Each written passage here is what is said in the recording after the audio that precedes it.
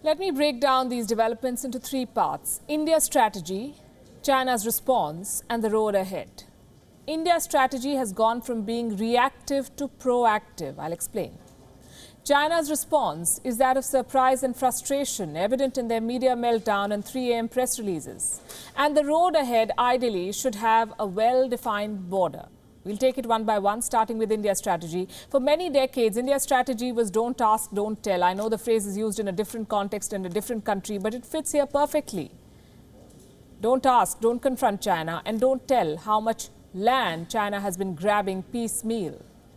So things did not come to a head. But in 2017, we saw a major standoff. China tried constructing a road in Doklam and India stopped it. That's when Beijing got the first taste of India's new approach.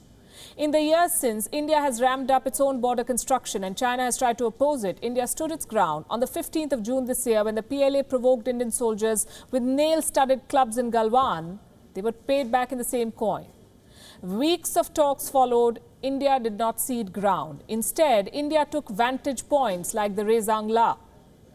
Indian soldiers are dominating the heights spread over 50 kilometers and now talking to China from a position of strength.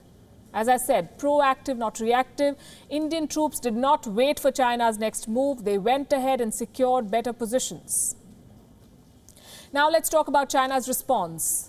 It is not used to such posturing by India. Beijing is surprised, even rattled.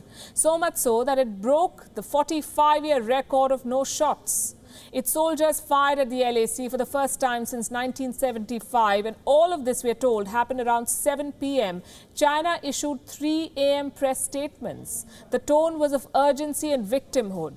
What triggered the desperation, you may ask? Two things. First, India's dominance of the heights in Ladakh, and second, the public funeral of a Tibetan soldier. We've already discussed the first. We've also told you about the funeral.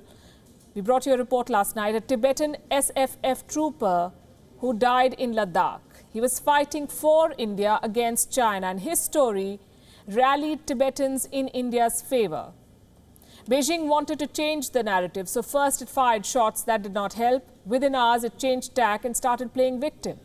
It said Indian soldiers had crossed the line of actual control. They entered the Chinese territory and fired at Chinese troops. Who heard China's late-night cry? No one. So Beijing deployed its propaganda machine to amplify the pitch. And on cue, Chinese state media went into a collective meltdown. Look at the Global Times. It has been tweeting relentlessly all day. What does it say? India could be lifting rocks to drop on its own feet. Sure. This Global Times editorial claims that India's bravado will backfire. There are many more in this vein, hollow, shrill bluster exposing China's desperation. India's tactical moves are delivering. Its proactive approach means that it is speaking to China in the only language that it understands, the language of strength and power. What happens next? The meeting of the two foreign ministers in Moscow should yield something. A breakthrough would be too much to hope for, but talking is, we believe, the best option. The ball is in China's court. It can do three things. And this is a no-brainer, but I'll say this for China's benefit. First, it can go back, which would be the best for everyone. Second, it can escalate the situation, which would be the worst-case scenario. And third, it can continue with the status quo, with India breathing down its neck, which China ideally would not like because militarily and diplomatically, it is at a disadvantage. So talking and de-escalating is China's best bet, and I must say this, there have been several rounds of such talks, border talks, in the last couple of decades, all inconclusive. What we see today is a manifestation of the unresolved issues of the past, the baggage of 1962. The only way to fix this is for China to agree to define a border, demarcate the line of actual control. The undefined border, coupled with China's endless appetite for land, is the root cause of all these conflicts.